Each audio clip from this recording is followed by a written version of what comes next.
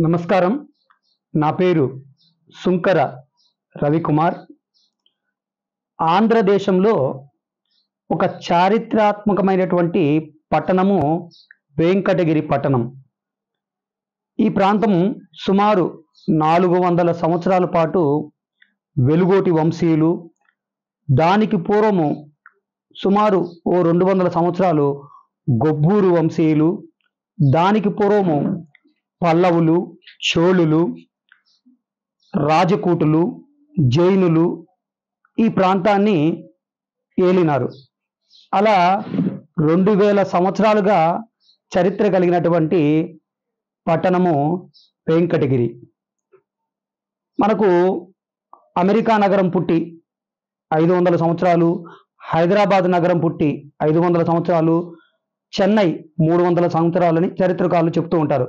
కానీ వాటన్నిటికంటే పూర్వమే ఉన్నటువంటి పట్టణము వెంకటగిరి పట్టణం.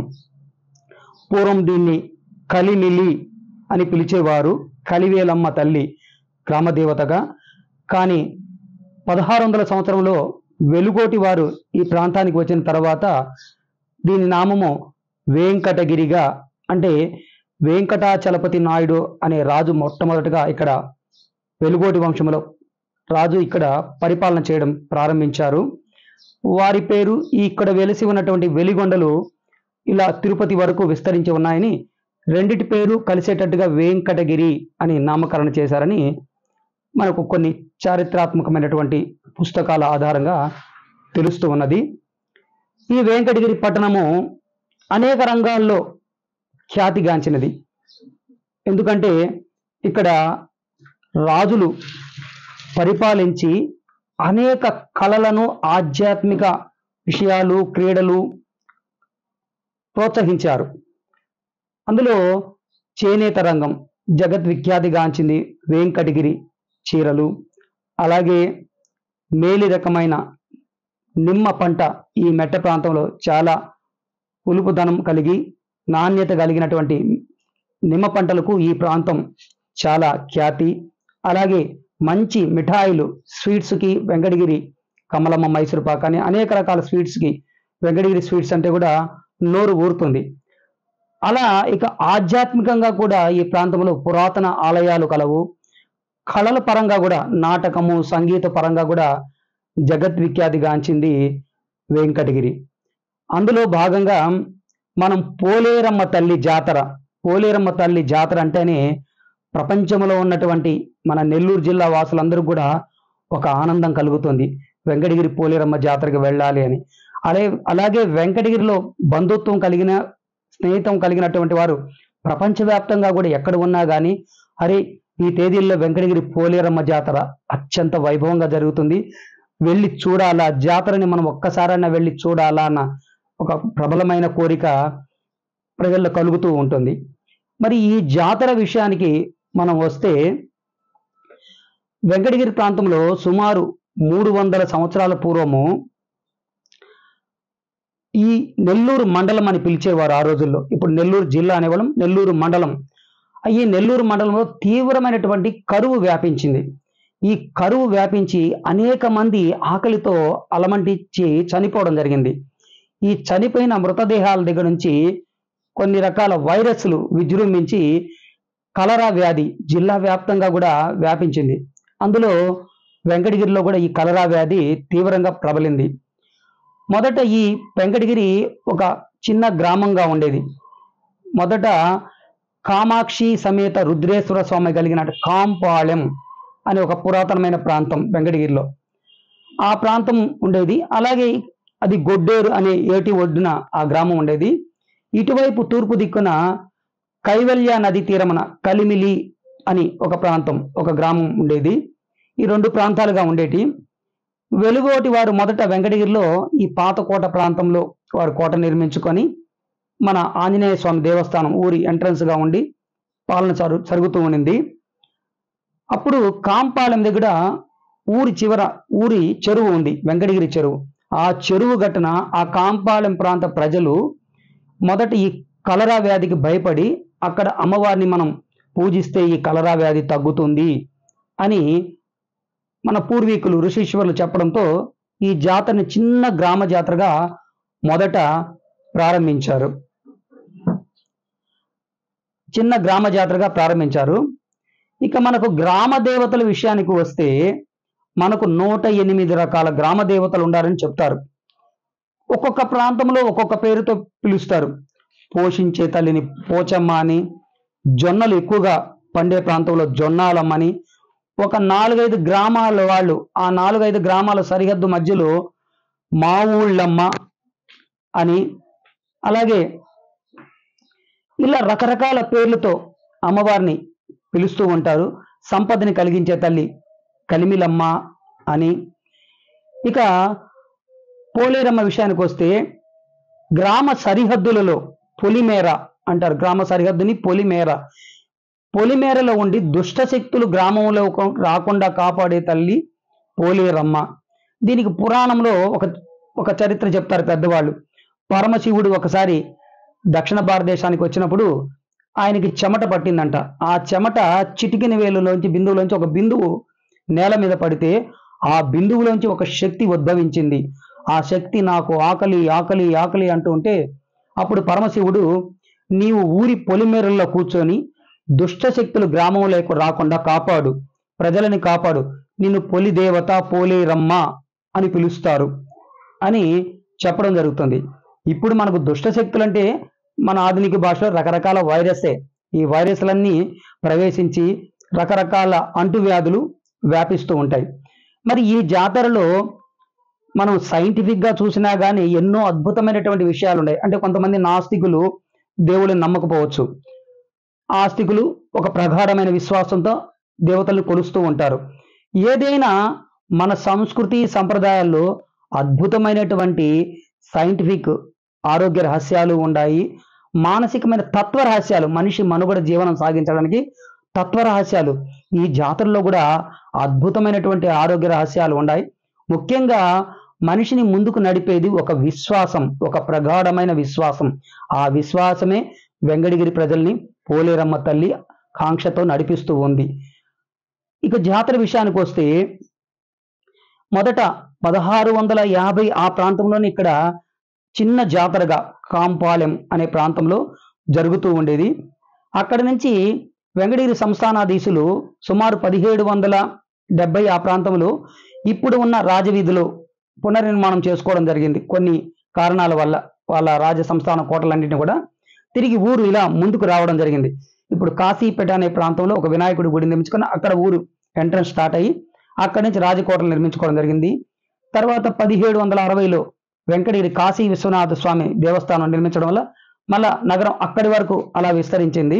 ఇలా క్రమేణా ఊరు విస్తరిస్తూ వచ్చింది. అలా ఈ పునర్నిర్మాణం జరిగిన సమయంలో వెంకటగిరి బొమ్మిడి కాలువ ఒడ్డున తిరిగి పోలేరమ్మ ప్రతిమను, ఒక శీతల రాయిని అక్కడ ప్రతిష్ఠించడం జరిగింది ఇప్పుడు ఉన్న వెంకటగిరి సంస్థానాధీశులు. ఎందుకంటే ఈ గ్రామ దేవత మొదట చిన్న గ్రామ ప్రజలే నిర్వహిస్తూ వచ్చారు. అప్పుడు కలరా వ్యాధి అంటువ్యాధి ప్రబలడం వల్ల ఈ జాతరను నిర్వహించడంతో కలరా వ్యాధి వెంటనే ఒక వారం లోపల కనుమరుగైంది. అప్పుడు ఈ ప్రాంత వాసులకి పోలేరమ్మ మీద ఒక ప్రగాఢమైనటువంటి విశ్వాసం ఏర్పడింది. అటు తర్వాత దీనికి పోషకులుగా రాజవంశీయులు ఉంటూ వచ్చారు. తర్వాత మరో ఒకసారి ఇలా చిన్న జాతరగా జరుగుతూ ఉండింది ఆ కాంపాలెం ప్రాంతం వరకు. తర్వాత వెంకటగిరిలో కూడా సుమారు 1800 ఆ ప్రాంతంలోనే ఇక్కడ ఒక శీతల రాయిని ప్రతిష్ఠించి సదాశివచారి అని ఒక మహిమాన్వితమైనటువంటి శిల్పి చేత బీజాక్షరాలు, మంత్ర బీజాక్షరాలు లిఖింప చేయించి ఇక్కడ రాజవంశీయులు శీతల రాయిని ప్రతిష్ఠించి అక్కడ జాతర చేయడం మొదలుపెట్టారు. అక్కడ కాంపాలెంలోనూ జరుగుతుంది, ఇటు ఈ పోలేరమ్మ ప్రస్తుతం ఉన్న పోలేరమ్మ దేవస్థానం దగ్గర ఈ జాతర జరుగుతూ వస్తుంది. ఏ ఏటికి ఆ ఏడు ఈ జాతర తన వైభవాన్ని క్రమేణా పెంచుకుంటూ వస్తూ ఉన్నది. తిరిగి 1900 సంవత్సరంలో మరోసారి కలరా వ్యాధి వెంకటగిరి ప్రాంతాన్ని అతలాకుతలం చేసింది. ప్రాంత ప్రజలంతా కూడా ఇక్కడ ఆ యొక్క వెలిగొండ అడవుల్లోకి వెళ్ళిపోయారు. అక్కడ ఏదో పండ్లు గిండ్లు ఆకులు అలమలు తింటూ కొంతకాలం గడిపేసి కలరా వ్యాధి శాంతించిన తర్వాత వచ్చేవాళ్ళు. అప్పుడు వెంకటగిరిని పరిపాలిస్తున్నటువంటి మహారాజు శ్రీ శ్రీ శ్రీ గోవింద కృష్ణ యాచంద్ర వారు, అంటే ఇప్పుడు మనము నగిరికి ఎదురుగా ఒక రాజా స్టాచ్యూ చూస్తాం, వారి కుమారులు. వారు ఏం చేశారంటే మరి శీతల యాగం అత్యంత వైభవంగా జరిపించి 4 దిక్కులు, అటు ఉత్తరం, ఇటు దక్షిణము, తూర్పు, పడమరలో కూడా శీతల రాళ్లను ప్రతిష్ఠింపజేయించారు. అటు కాంపాలెం ఒడ్డున, ఇటు కాశీతోట గేట్ అంటాం శివాలయం అవతల, అక్కడ ఒక శిలా ప్రతిమ మనం ఇప్పటికీ చూడవచ్చు. ఇప్పుడు తోలిమెట్ట అనే వీధిలో కూడా పడమర దిక్కున కూడా ఒక శిలా విగ్రహాన్ని చూడవచ్చు. అలాగే మనం అప్పుడు పాత బస్ స్టాండ్ దగ్గర సాయిబాబా గుడి ముందు కూడా, అది ఊరు ఎండ్గా ఉన్నది అప్పుడు, అక్కడ తూర్పు దిక్కున అక్కడ శిలా విగ్రహం చూడవచ్చు. అలాగే మన పాత బ్రిడ్జి దగ్గర కూడా ఆ ఎంట్రన్స్ లో కూడా ఒక చిన్న శిలా విగ్రహం. అలా అన్ని దిక్కుల్లో కూడా ఈ శిలా ప్రతిమలు ప్రతిష్ఠింపజేయించి శీతల యాగం, అంటే మనకు వేదంలో వ్యాధుల్ని దుష్టశక్తుల్ని చల్లబరిచే మంత్రాలు ఉన్నాయి ఋగ్వేదంలో. ఆ వేదాలని పండితులు అనర్గళంగా పఠించి యాగం చేస్తారు. ఆ యాగం చేయడం వల్ల ఆ మంత్రశక్తితో కూడా ఈ యొక్క వైరస్లన్నీ కూడా స్మాష్ అయిపోయేటి. అది ఆ రోజుల్లో అద్భుతంగా జరిగేది ఆ మంత్ర ఘోషతో. దాన్ని శీతల యాగం అంటారు, చల్లబరిచి వ్యాధుల్ని చల్లబరిచేటటువంటి వ్యాధి. అలా శీతల యాగం జరిపించారు. ఈ శీతల యాగం రాజావారు జరిపించిన జస్ట్ ఒక 4-5 రోజులకే ఈ కలరా వ్యాధి మరలా కనుమరుగైపోయింది. అప్పటి నుంచి ఈ ప్రాంత వాసులకి మరింత ప్రగాఢ విశ్వాసం పోలేరమ్మ తల్లి మీద జరిగింది, ఆ విశ్వాసం ఏర్పడింది. అప్పటి నుంచి అంటే సుమారు 1900 సంవత్సరం నుంచి అత్యంత వైభవంగా పోలేరమ్మ జాతరను మనం జరిపించాలని రాజవంశీయులు కూడా భావించి అమ్మవారికి ఎంతో విలువైనటువంటి ఆభరణాలు కూడా వారు చేయించడం జరిగింది. ఆ బాధ్యతను వెంకటగిరి రాజావారే స్వీకరించి వారి ఆధ్వర్యంలోని 1992 సంవత్సరం వరకు వాళ్ళ నిర్వహణలోనే జరుగుతూ వచ్చింది. 1992లో మన పూర్వ ముఖ్యమంత్రి వర్యులైనటువంటి శ్రీ నేదురుమల్లి జనార్దన్ రెడ్డి గారు ఈ జాతరని దేవాదాయ ధర్మాదాయ శాఖ పరిధిలో తీసుకొచ్చి మరింత వైభవంగా జరిపించాలని భావించి అప్పటి నుంచి వారు దేవాదాయ ధర్మాదాయ శాఖ పరిధిలో నిర్వహిస్తూ ఉన్నారు. అయినప్పటికీ ఇప్పటికి కూడా తొలి పూజ సంప్రదాయం ప్రకారం వెంకటగిరి సంస్థానంలోనే జరుగుతుంది. తొలి పూజ అక్కడి నుంచే ప్రారంభమవుతుంది జాతర. ఇక మనం ఈ జాతరలో కొన్ని అద్భుతమైన విషయాలు కూడా చూడవచ్చు.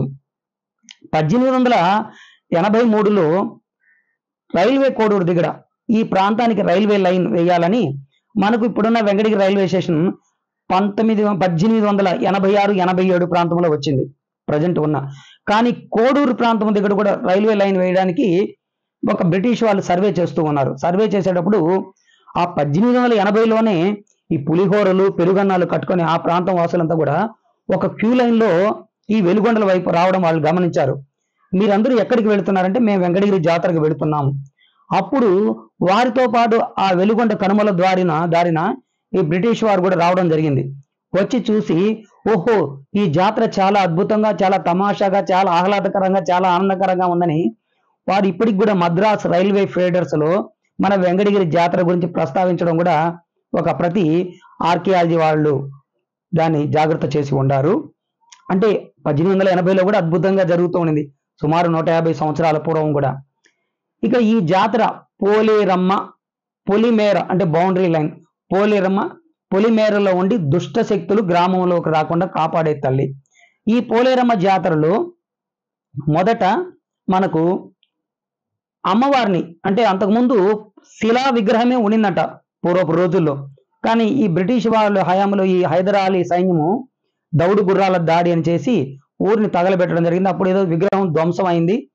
అప్పటి నుంచి విగ్రహాలు తగలబడితే అరిష్టం అని చెప్పి ఒక శీతల రాయిని ప్రతిష్ఠింపజేసి దానికి మంత్రోచ్చరణ చేసి బీజాక్షరాలు లిఖింపజేసి దాన్ని ఇప్పుడున్న బొమ్మిడి కాలువ ఒడ్డున ప్రతిష్ఠించి జాతర జరపడం వస్తూ ఉన్నది. అదొక సంప్రదాయంగా.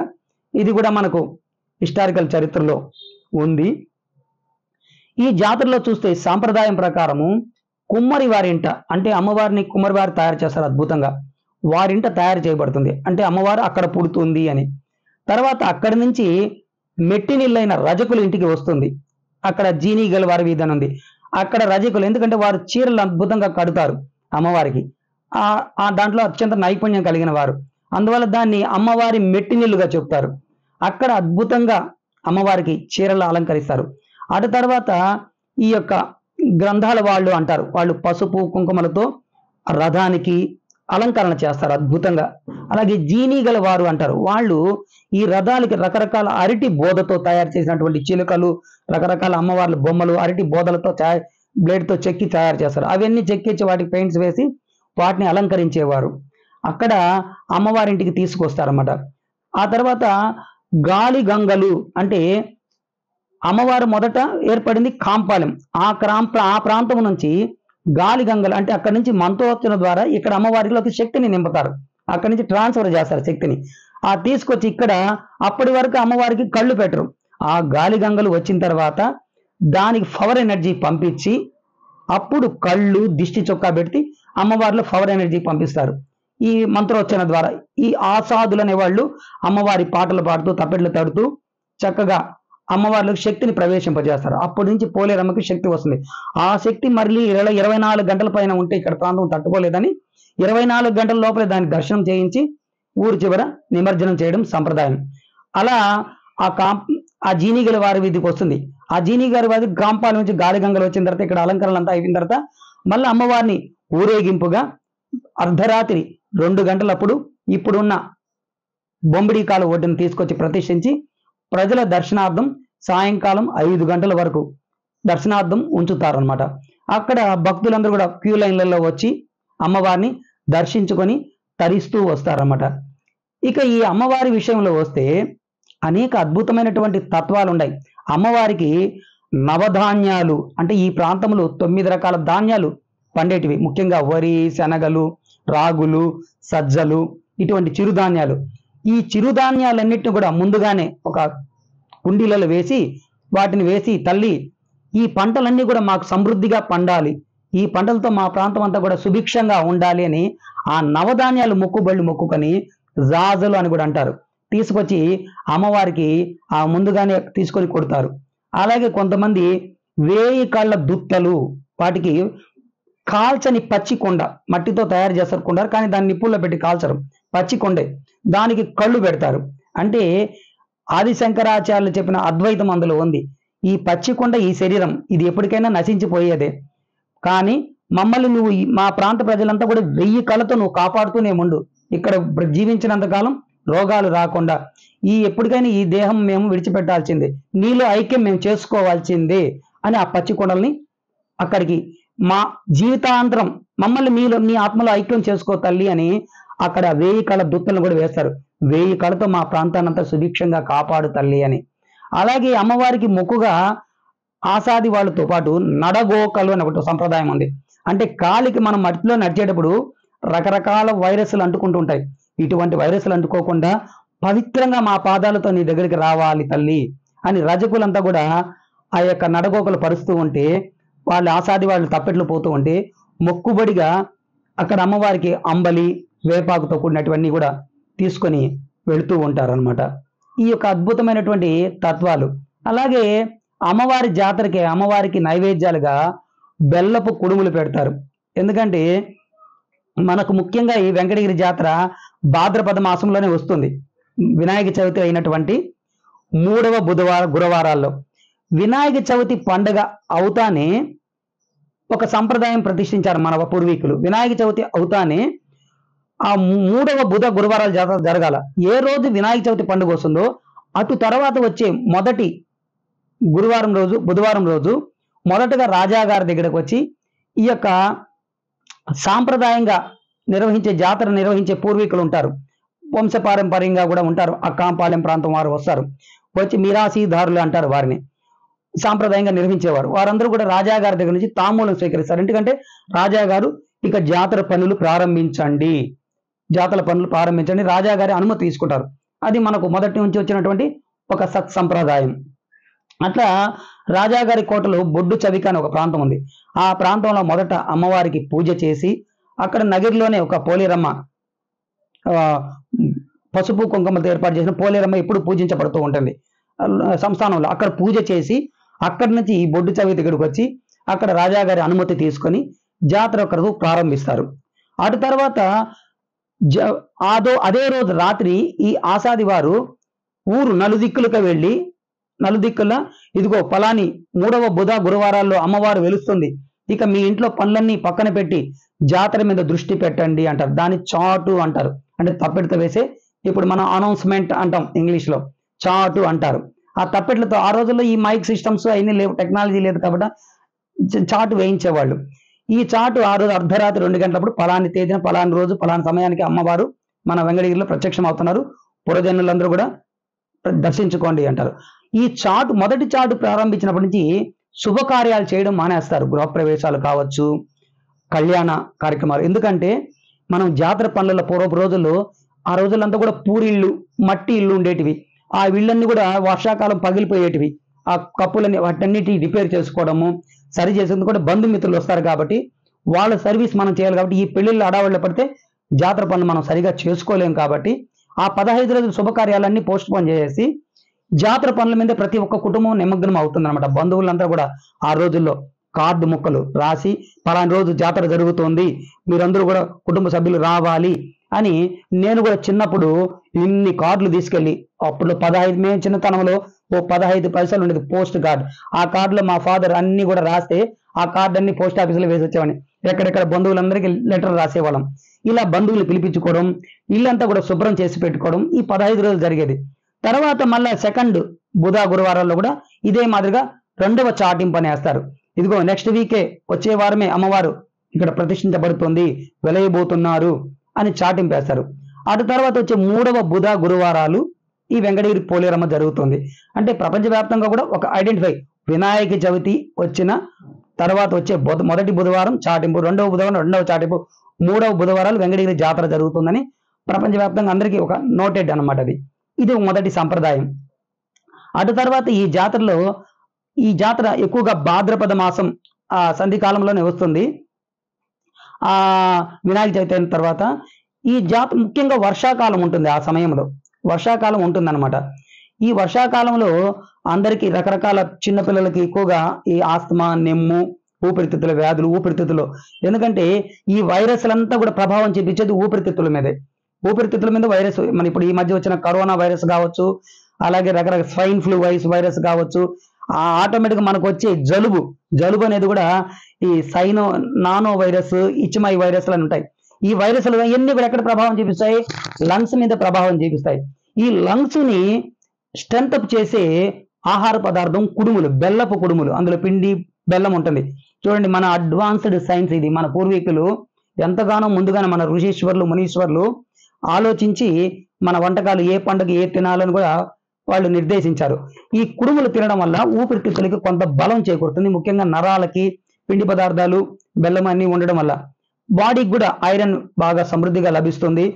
రెసిస్టెంట్ పవర్ తట్టుకునేది. ఒకవేళ ఇటువంటి వైరస్లు వచ్చి ఈ కలరా వ్యాధి అంటే డయోరియా అంటాం, అతిసార వ్యాధి అని కూడా అంటాం, మోషన్స్, వామిటింగ్స్, వీటి నుంచి నీరసించి పడిపోయినప్పుడు ముందు ఊపిరితిత్తులు ఆక్సిజన్ కరెక్ట్ గా అందుతూ ఉంటే మనిషి బతుకుతాడు.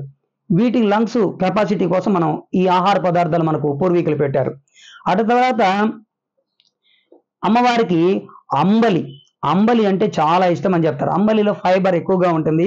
అది ఇమ్మీడియట్ గా ఒక సెలైన్ లాంటిది. ఆక్సిజన్ నరాలకి ఇమ్మీడియట్ గా ఉత్సాహాన్ని, శక్తిని ఇస్తుంది అనమాట. అత్యంత నీరసంగా ఉండే వాళ్ళు కూడా అంబలి తాగడంతో చాలా తొందరగా కోలుకుంటూ ఉంటారు. రాగిలో అనేక రకాలైనటువంటి విటమిన్స్ ఉన్నాయి. ఇప్పుడు మనకు శాస్త్రవేత్తలు, ఆయుర్వేద డాక్టర్స్ కావచ్చు, వాటి మీద పరిశోధన చేసేటువంటి సైంటిస్టులు కాబట్టి చెప్తున్నారు, రాగిలో అత్యంత శక్తివంతమైనటువంటి పదార్థాలు, మనకు విటమిన్స్ ఉన్నాయి అని. రాగి అంబలి అది బాడీని కూడా చాలా, కడుపును కూడా కూల్ చేసేది, శక్తిని ఇచ్చేది అనమాట. రాగి అంబలి అమ్మవారికి నైవేద్యంగా సంబంధించి వచ్చే వీధుల్లో పోయే భక్తులందరూ కూడా వాకిళ్ళలో చేరి అమ్మవారికి ఇంట్లో అంబలి తయారు చేసి పోలేరమ్మ దగ్గర పెట్టి పూజ చేసి ఇంటి వాకిటి బయట తెచ్చి పోయే బాటసారులందరికీ కూడా అంబలి తాగండి, ఒక గ్లాస్ అంబలి తాగండి అంటారు. అందులో ఎంతో అద్భుతమైనటువంటి ఆరోగ్య రహస్యాలు ఉన్నాయి. ఇమీడియట్ గా శక్తిని కూడా ఇస్తుంది, సన్ స్ట్రోకులు కొట్టనీయకుండా చేస్తుంది, అతిసార వ్యాధిని కంట్రోల్ చేస్తుంది. ఒకవేళ అతిసార వ్యాధి వచ్చినా గానీ, అంటే ఇది కలరా వ్యాధి, ఇది వచ్చినా గానీ ఇమీడియట్ గా కోలుకునే శక్తిని కూడా అంబలి మనకు ఇస్తుంది అనమాట.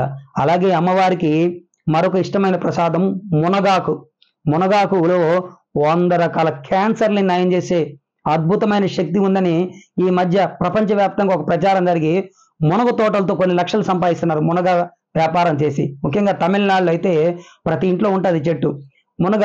అనేక రకాల వ్యాధులకి మునగ ఆకు, మునగ కాయలు, మునగ పూత చాలా అద్భుతమైనటువంటి మెడిసిన్ ఉంది.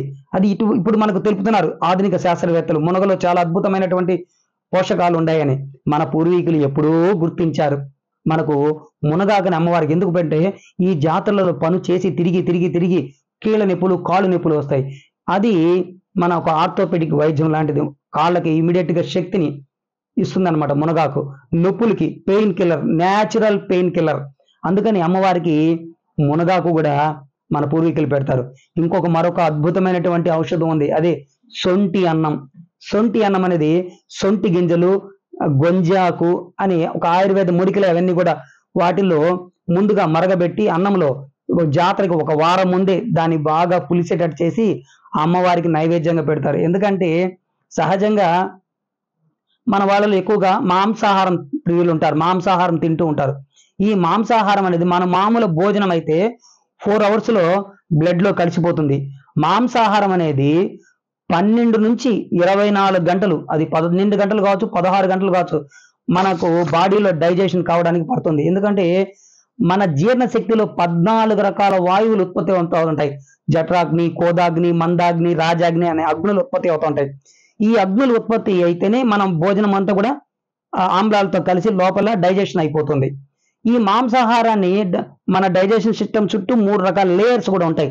అవి డ్యామేజ్ అయితే మనకు ఒకటి గ్యాస్ట్రిక్ ట్రబుల్, అది జీవితాంతం ఏడిపిస్తూ ఉంటుంది. ఇంకా నిద్ర లేస్తే దానికి సంబంధించిన టాబ్లెట్స్ వేసుకోవడము, అవి మురిగితే అల్సర్లు, అది మురిగితే హార్ట్ అటాక్ ప్రాబ్లం, అలాగే కడుపులు పెరగపోతే కడుపులో క్యాన్సర్లు రావచ్చు.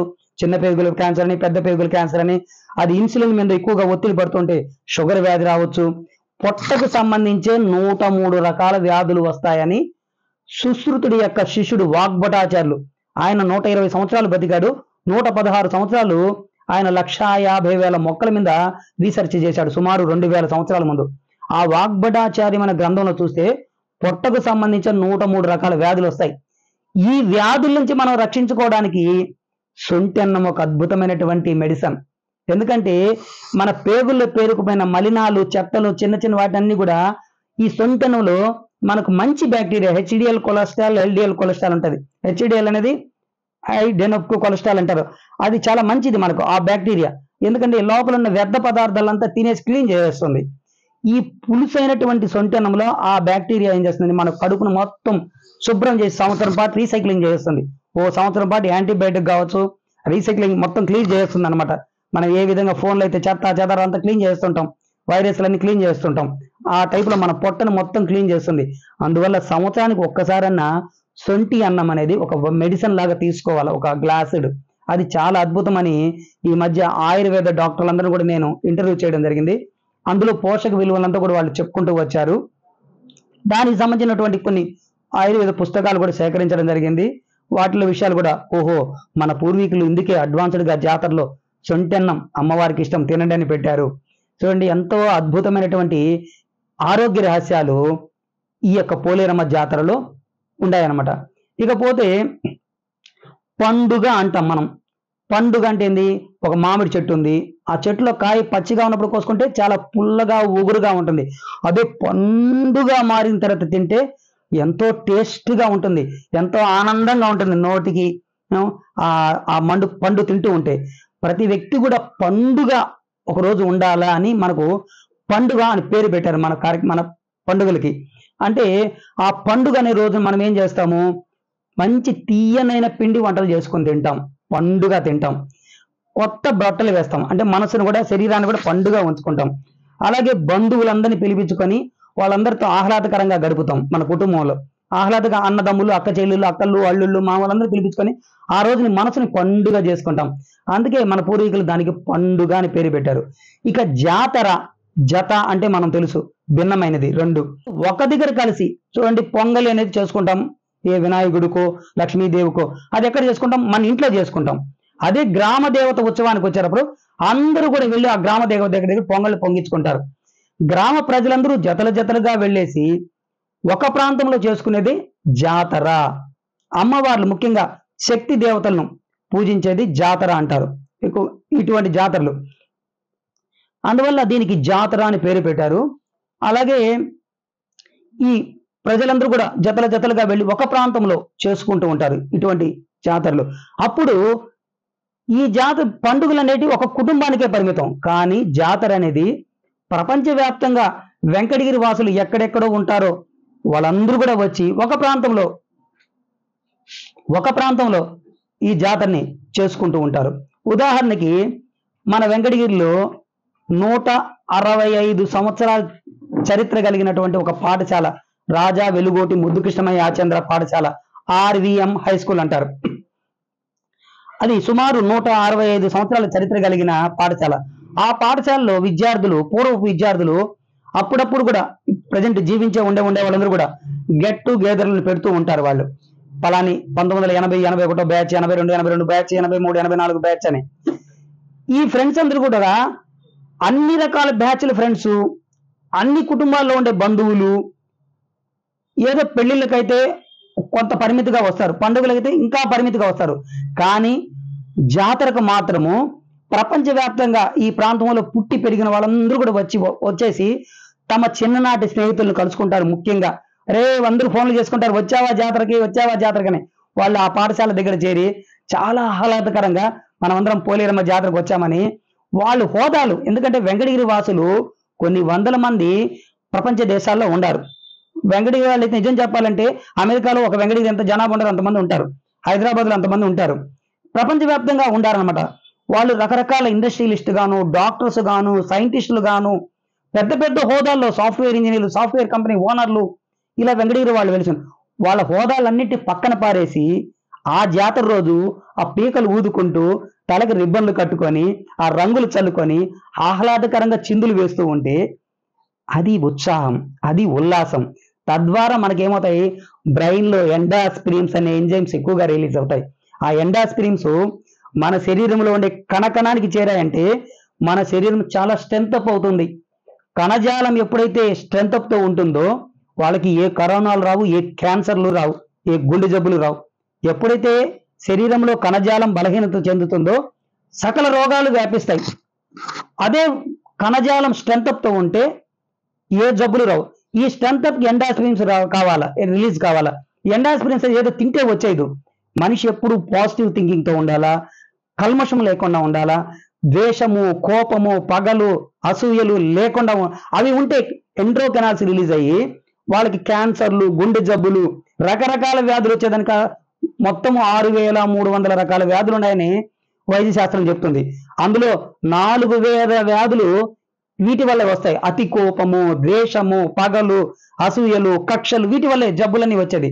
అట్లా లేకుండా ఎవరైతే ఎండాస్పిరిన్స్ రిలీజ్ చేసుకుంటారో వాళ్ళకి ఏ వ్యాధులు రావు, ఎంత వయసు వచ్చినా ఉల్లాసంగా ఉంటారు. ఆ ఎండాస్పిరిన్స్ రిలీజ్ కావడానికి యోగా, మెడిటేషన్, ఆధ్యాత్మిక చింతన, ఉల్లాసం, ఉత్సాహం, పాజిటివ్ థింకింగ్ అది మనకి ఈ జాతరలో కనిపిస్తుంది.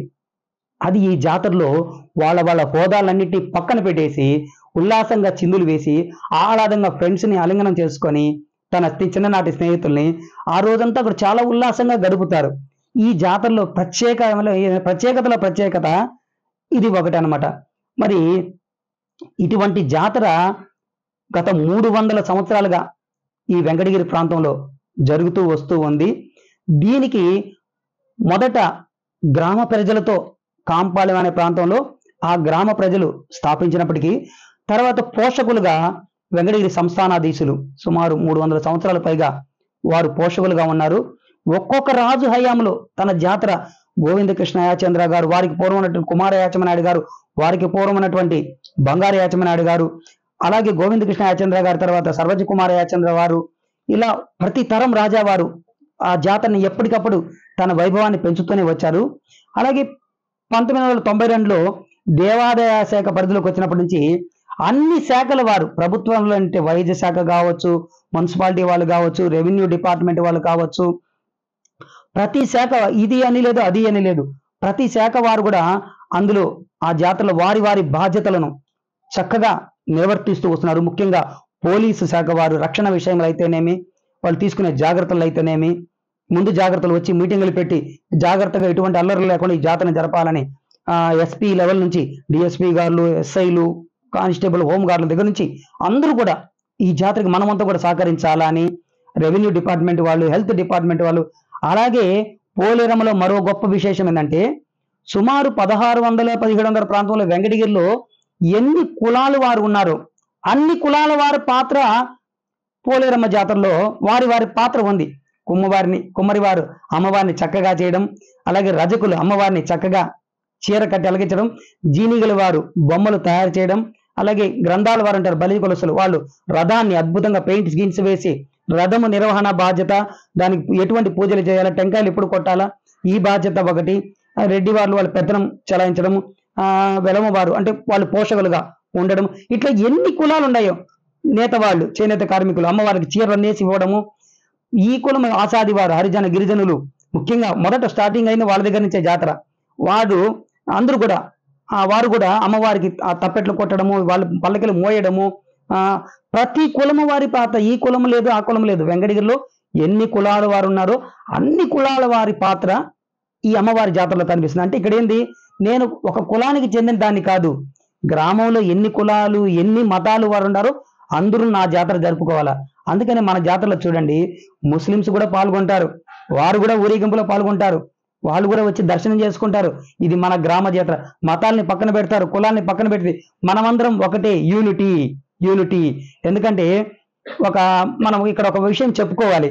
ఒకసారి ఈ బొటనవేలు చెప్పిందంట, అందరికంటే గొప్పదాన్ని నేను, రాముడి బాణం వదలాలన్నా నేనే ఆధారం, నా బొటనవేలు చూపించి దంసప్పు వాళ్ళు కూడా కోట్లు సంపాదిస్తున్నారు, నేను గొప్పదాన్ని అనిందంట. మూసుకో, ఏది శాసించాలన్నా నేను శాసించాలి, నా ఏలుతో నేను చూపించాలి, నేను గొప్పదాన్ని అనిందంట.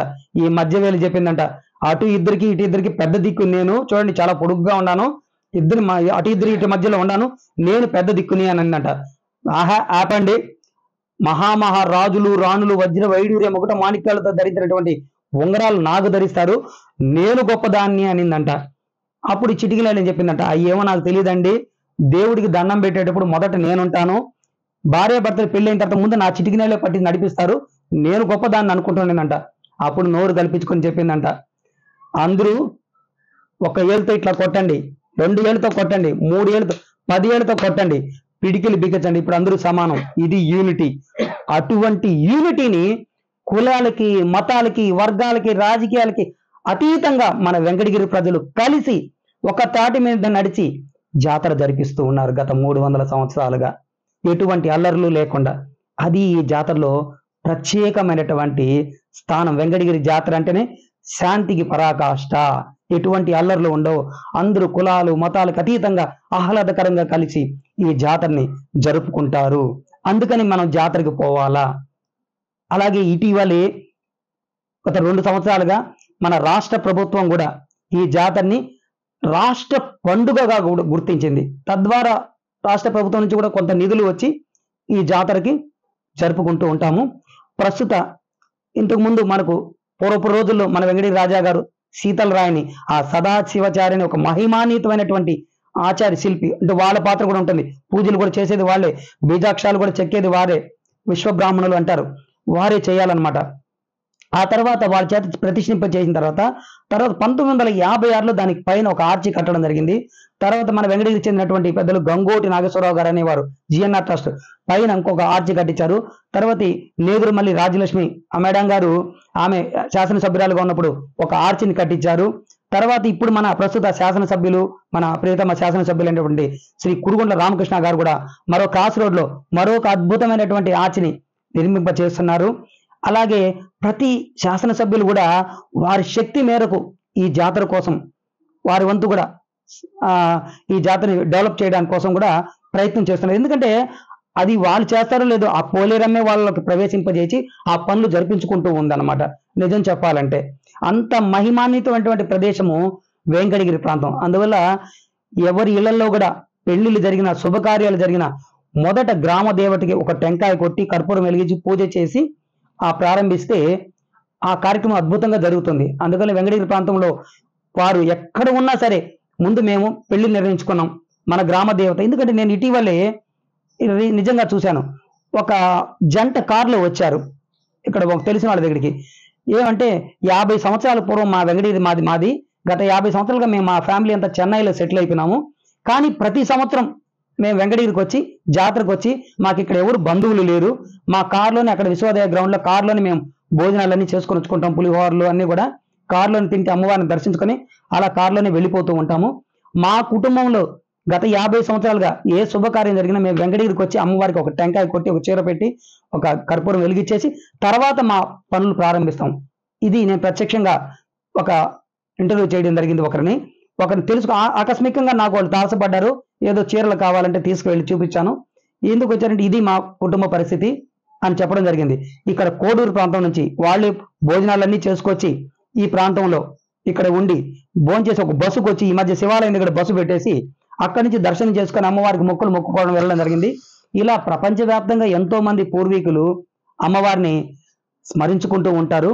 మరి ఇటువంటి జాతరని మనము ఎటువంటి వైషమ్యాలు లేకుండా మద్యపానానికి ముఖ్యంగా దూరంగా ఉంటూ, ఎందుకంటే మన ఎక్సైజ్ శాఖ వాళ్ళు పోలీస్ శాఖ వాళ్ళు దాన్ని అరికట్టడానికి వాళ్ళ శక్తికి మించి కృషి చేస్తూ ఉన్నారు. అందుకు వారికి అభినందించాలి.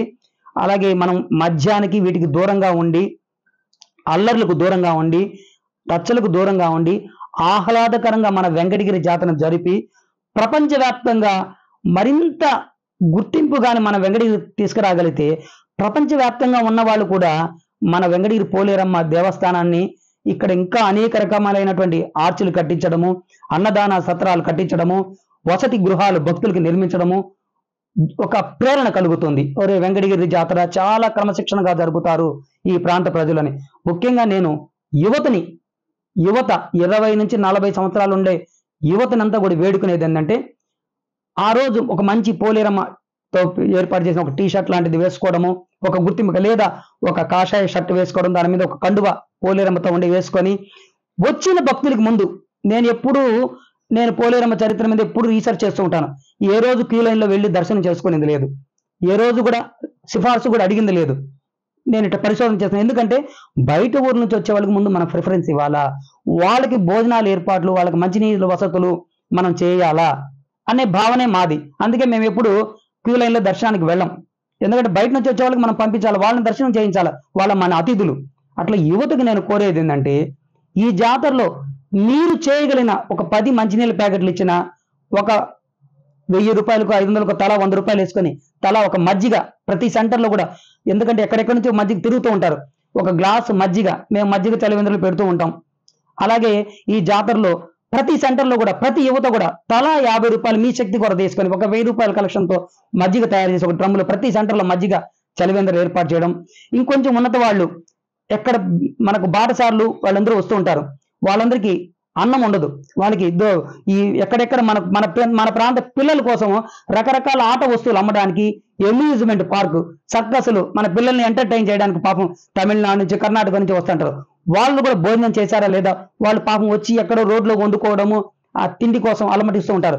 వాళ్ళందరికీ భోజనాలు ప్యాకెట్ల ద్వారా చేరవేర్చడము, మంచినీళ్ళ వసతులు ఏర్పాటు చేయడము, ఇది ఒక టీం లాగా ప్రతి ఏరియా వాళ్ళు, ఇదో మాది తోలిమెట్టి ఏరియా, మాది కర్ణకమ్మ వీధి ఏరియా, మాది రాణిపేట ఏరియా, మాది బంగారుపేట టీం, ఆ టీములుగా ఏర్పడి మనం సర్వీస్ కార్యక్రమాలు చేస్తే ఆహా వెంకటగిరి వాళ్ళు ఎంత గొప్పవారు, ఆ ఊరికి మనం ఏ సేవలన్నా చేయాలన్న ఒక ప్రేరణ మనం కలిగించాలని అత్యంత క్రమశిక్షణతో మద్యపానానికి వీటికి దూరంగా ఉంటూ గలాట్లకి రచ్చలకి దూరంగా ఉంటూ మనం క్రమశిక్షణతో యూత్గా కలిసి ఆహ్లాదకరంగా ఈ జాతర జరుపుకొని ఈ జాతరని ప్రపంచంలోనే 200 దేశాలకి మన ఖ్యాతి వ్యాపించాలని మనసా వాచా కర్మణ కోరుకుంటూ సెలవు తీసుకుంటున్నాను. తెలుగులో ఫాస్టెస్ట్ న్యూస్ ఇప్పుడు కొత్త అవతారంలో 5 సెకండ్లోనే పూర్తి వార్తా సమాచారం మీ చేతిలో. సోషల్ మీడియా ట్రెండ్స్ మీ కళ్ళ ముందుకే live TV and voice search options తో ఇప్పుడే డౌన్లోడ్ చేయండి. యాప్ లింక్ డిస్క్రిప్షన్ లో ఉంది.